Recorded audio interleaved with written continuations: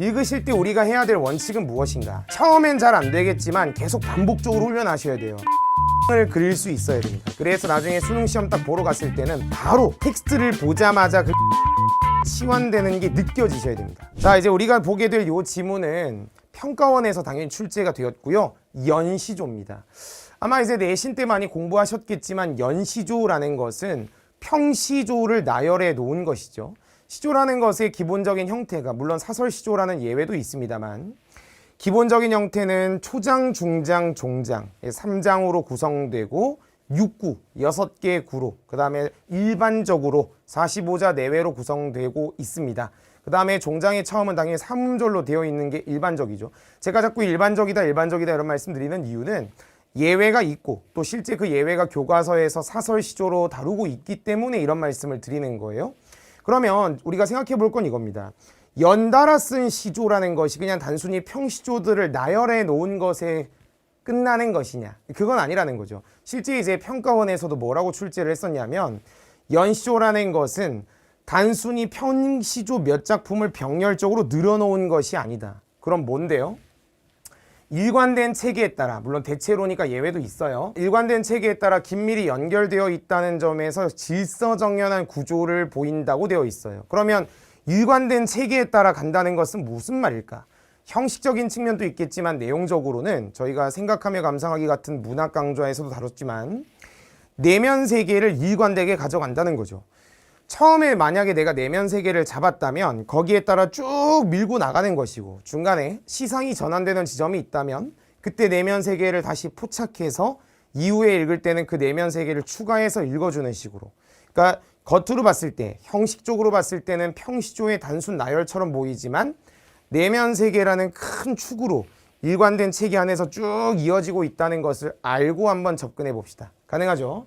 자, 들어갑니다. 제목이 이제 도산 12곡이라고 되어 있는데, 뭐 내신 때 많이 배우신 분들이야 뭐 잘하겠지만 전혀 모르겠다. 그럼 제목을 읽어도 잘 모르겠다면 그대로 들어가시죠. 읽으실 때 우리가 해야 될 원칙은 무엇인가? 당연히 화자 중심으로 읽어야 되고요. 내면 세계를 포착해냈다면 그 내면 세계대로 쭉 읽어가야 된다는 원칙을 놓치면 안 됩니다. 마지막으로, 처음엔 잘 안 되겠지만 계속 반복적으로 훈련하셔야 돼요. 심상을 그릴 수 있어야 됩니다. 제가 계속해서 이미지를 보여드리긴 할 건데 여러분들 나름대로 심상을 그리는 연습을 꾸준히 해주셔야 돼요. 그래서 나중에 수능 시험 딱 보러 갔을 때는 바로 텍스트를 보자마자 그게 이미지로 치환되는 게 느껴지셔야 됩니다. 이해되셨죠? 자, 시작할 때 이제 여기 점을 보시고 또 당황하실 수 있어요. 이제 아래아잖아요. 뭐 최근에 이제 경향 자체는 아래아 같은 것들을 잘 출제하지 않는 모습을 보이긴 합니다만, 그래도 과거에는 출제가 됐으니까 아는 척을 좀 해보면, 제가 뭐 첫째 음절, 둘째 음절 이런 거 나눠가지고 얘기하진 않겠습니다. 이게 아래아라는 것을 왜 우리가 아래아라고 부르게 됐는지, 왜 일반적으로 그렇게 읽는지에 대해서는 여러 가지 썰이 있고 연구된 분야들이 좀 있단 말이에요. 근데 그런 것까지 논의하기 시작하면 우리 끝이 없으니까 그냥 아 또는 으라고 맥락에 따라, 이건 이제 멋드리는 거고요. 눈치껏 읽어주시면 되겠어요. 그러면 어떠하며가 아니죠. 어떠하며 이렇게 읽어주면 되겠네, 그지? 말귀를 한번 알아먹어 보자. 보세요. 이런들 어떠하며 저런들 어떠하려.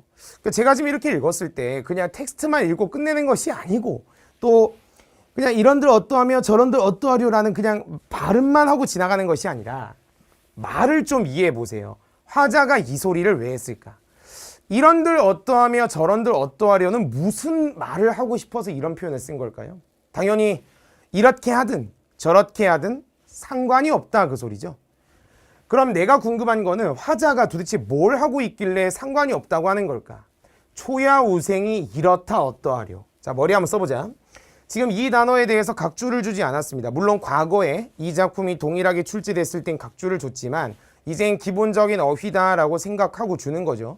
저희가 이제 그 제공해드리고 있는 고전 말모의 교재에도 이런 게 다 수록이 되어 있기 때문에 나중에 참고를 해보시고요. 시험장에서 딱 나왔는데 잘 모르겠다. 그러면 이게 어리석을 우자인데 모르실 거야. 다시. 물론 중학교 때 세계사 공부를 하시면서 뭐 에라스무스의 우신예찬 이런 거 배우신 분들이면 어리석을 우 바로 나오는데 모르겠어. 네가 알고 있는 한자들 총동원해봐. 이게 지금 풀떼기라는 건 느낌 오지, 그지? 가능하잖아, 그 정도. 그러면 자연에서의 삶이 이렇다 어떠하려 이렇게 읽으면 되겠네. 그러면 네가 짐작해 볼 수 있는 건 뭐야? 천천히 해봐. 우리 처음이니까. 화자는 지금 자연 속에 살고 있다는 건 동의하지. 끄덕끄덕. 자연 속에서 살고 있어. 내가 자연 속에서 살고 있는 삶이 이렇다 한들 어떠하겠는가? 상관없다. 그러면 화자는 자연 속에 있고 내가 어떻게 살든 사람들이 뭐라고 하든 상관없다. 개의치 않는다. 이런 얘기겠네요. 왜 개의치 않는데요? 지금 내가 살고 있는 삶이 내 입장에서는 만족감이 느껴지고 있기 때문이다. 이렇게 읽을 수 있지 않겠어요?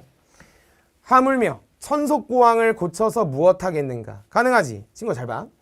여기 천석과 고왕이라는 것을 제가 다 해석해 드릴 수 있고 복습하기에 다 수록되어 있고 고전 말모의 교재도 있고 오늘 이후로는 알아두면 좋아요. 특히 여기 고왕이라는 것은 종종 시험에 등장하고 있기 때문에 고전시가 말고도.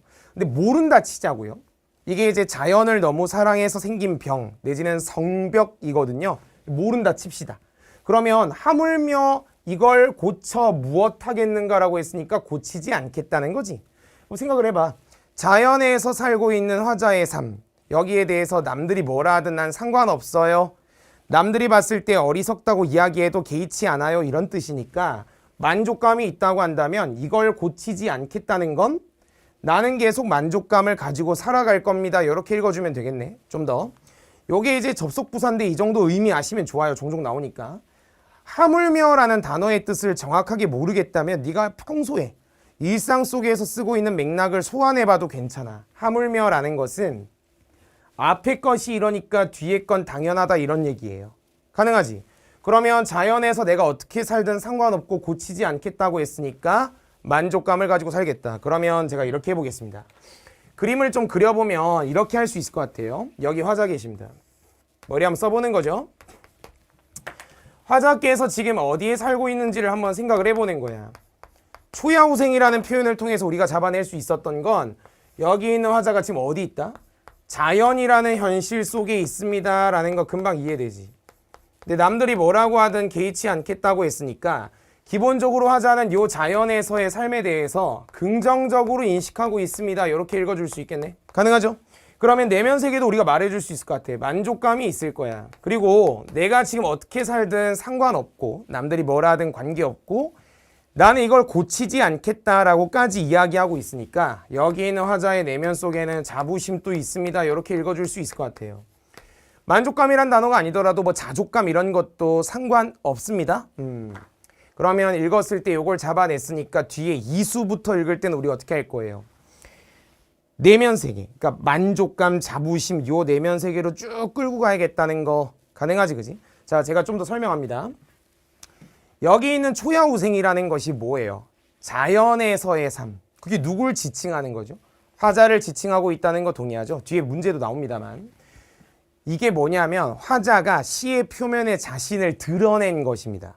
그러니까 만약에 이제 화자가 시의 표면에 드러났니? 라고 질문이 나온다면 yes 라고 이야기를 해야 된다는 거죠. 그럼 우리가 궁금한 건 이거잖아.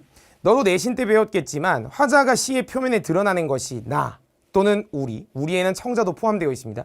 이렇게만 드러난다고 생각하겠지만 그렇게 생각하지 마시고 화자를 지칭하는 표현이 등장하면 무조건 화자가 시의 표면에 등장했다고 이야기하셔야 돼. 그러니까 여기 있는 초야후생도 그런 맥락 속에 있는 거죠. 궁금한 건 뭐예요? 너 왜 나왔냐 이거야.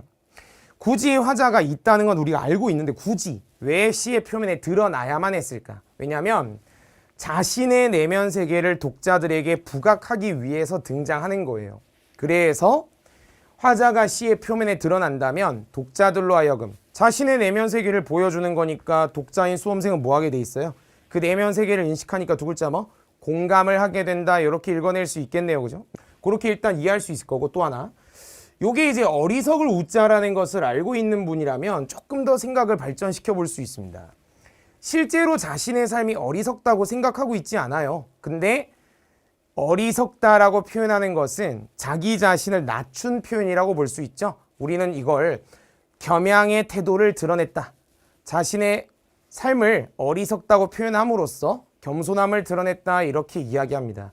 요거는 이후에 저희 정규 강좌에서도 계속 다루겠지만 과거에도 이게 이제 그지다 그런 얘기가 아닙니다. 부족하다 넉넉하지 않다 이런 얘기예요. 겸손함을 물은 적이 있고 실제 24학년도 수능에서도 요 겸양의 태도를 되게 세게 낸 적이 있습니다. 그러니까 참고해 주시고 초야우생이라는 것이 실제 자신이 어리석다고 이야기하는 것이 아니라 낮춰서 표현한 거구나. 요 정도 알아주시면 좋을 것 같아요. 자, 갑니다. 이제 이수부터 우리가 접근해야 되는 것은 뭐라고요? 만족감과 자부심의 내면 세계로 가는 거예요. 연하로 집을 삼고 풍월로 벗을 삼아. 너는 이런 것들을 보고 무슨 생각이 드니? 플러스 뭐 자연 친화, 물화일체 뭐 이런 말들을 쓰실 거 아니에요. 근데 제가 이제 원하는 거 다 좋은데 이 말의 의미를 좀 한번 이해해봐. 일단 연하라는 것은 알아두면 좋습니다. 노을과 안개 이런 뜻이야. 그럼 생각을 해봐. 너도 알겠지만 안개로 집을 어떻게 삼죠? 집에서 침대에 눕는데 막 안개야 막 이렇게 될 거 아니에요. 실제 안개로 집을 삼는다는 것은 내가 안개 속에서 아무것도 없이 서 있다 이런 의미가 아니고, 심상을 한번 그려볼래? 안개가 가득 차 있어. 너 어릴 때 부모님하고 계곡에 여행 가본 적 있어 없어? 아침에 딱 눈 떴을 때 텐트 밖에 물안개 펴 있는 거 혹시 기억나니? 안개가 가득 차 있어. 그럼 내가 아침에 일어나서 문을 딱 열고 나가. 보이겠냐? 안개만 보이겠지. 안개로 집을 삼았다. 바람과 달로 벗을 삼았대. 잘 봐. 우리 돌아가신 외할머니가 90년이 넘는 그 세월 동안 시골에만 사셨거든. 근데 내가 살아계실 때 할머니 혹시 달과 친구 돼 보신 적 있으세요? 라고 했을 때 할머니가 저한테 바로 뻐큐를 날리셨어요. 할머니는 젠장 달과 친구 돼 본 적이 없으세요. 근데 이런 얘기 왜 하는 건데, 내가 여기에 대해서 만족감을 느끼고 있고 그렇기 때문에 거기 있는 내상들이 다 심리적으로 정서적으로 가깝게 느껴지니까 그렇게 표현을 하는 거지. 저는 항상 이렇게 표현해요. 인스타 라이브를 한다고 생각을 해봐. 내가 딱 이제 핸드폰을 켰어. 지금 네가 시골에 있다고 생각해봐. 야, 나 지금 여기 있잖아. 댓글이 막 올라와. 이제 막 글이. 야, 너 거기 왜 살아? 너 빠가 새끼 병신이냐? 막 욕을 해. 내가 그런가? 나 빠가야. 이게 아니고, 야, 남들이 뭐라고 하든 말든 상관없어. 내가 이렇게 살든 저렇게 살든 무슨 상관인데? 어떤 느낌인지 오지? 막 보여줘. 야, 봐봐. 안개로 집을 삼고 있는 거 보이지? 얘들 다 내 친구야. 만족감을 느끼고 있다. 그대로 가주시면 되겠네요. 연결하세요. 만족감을 갖고 있습니다. 태평성대의 병으로 늙어간대요. 태평성대가 뭔지는 아시죠? 좋은 세상의 병으로 늙어가고 있습니다. 자, 보세요. 이 병으로 늙어간다는 게 막 우리 사극에서 많이 보죠. 막 피 있고 막 그 병 아니겠죠? 본 적 없어? 영상 보고 오자. 수많은 백성들이 영구를 붙들고 길이 막히고 보셨죠? 이제 그런 병이 아니고, 물론 늙어가니까 병이.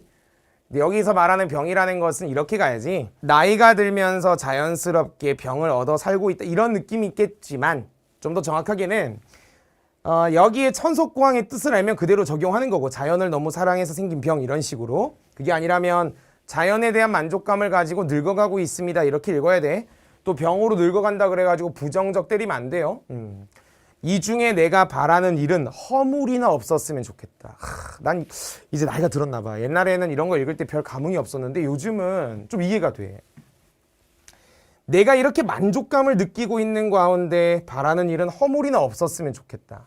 너도 알겠지만 바란다라는 것은 무조건 지향이거든. 우리 알겠지만 지향은 결핍을 전제하잖아요. 이미 만족감이 있는데 뭐가 결핍돼 있는 거야? 앞으로 내가 계속 그런 삶을 살고 싶다는 거 아니야? 뭔 말인지 알지? 만족감을 느낀 상태에서 앞으로 계속 그렇게 살고 싶은데 그 미래는 아직 안 왔지. 그러니까 요게 결핍되어 있는 상태고, 그 미래를 살아갈 때 허물이 없었으면 좋겠다, 만족감으로 계속 살았으면 좋겠다라는 의미로 읽어주면 되겠어요.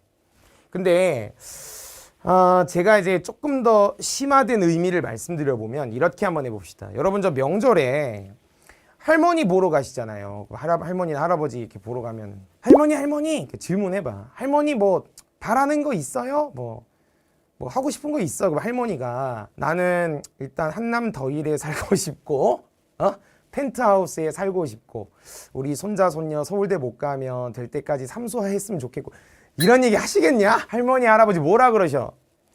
아이고 야야, 저 경상도로서 야야, 나는 우리 손자 손녀들이 건강하기만 하면 된다. 건강했으면 좋겠다. 그게 진짜 건강했으면 좋겠다라는 지향을 드러내는 것도 있겠지만 그만큼 지금 또 충분히 만족스럽다라는 의미를 드러내는 거잖아요. 조심해요. 결핍이 없다는 것이 아닙니다. 문제를 풀 때는 결핍 지향으로 푸는 게 맞는데 어떤 의도에서 그런 이야기를 하는 건지는 이해하셨죠? 네, 말귀를 알아보아야 됩니다.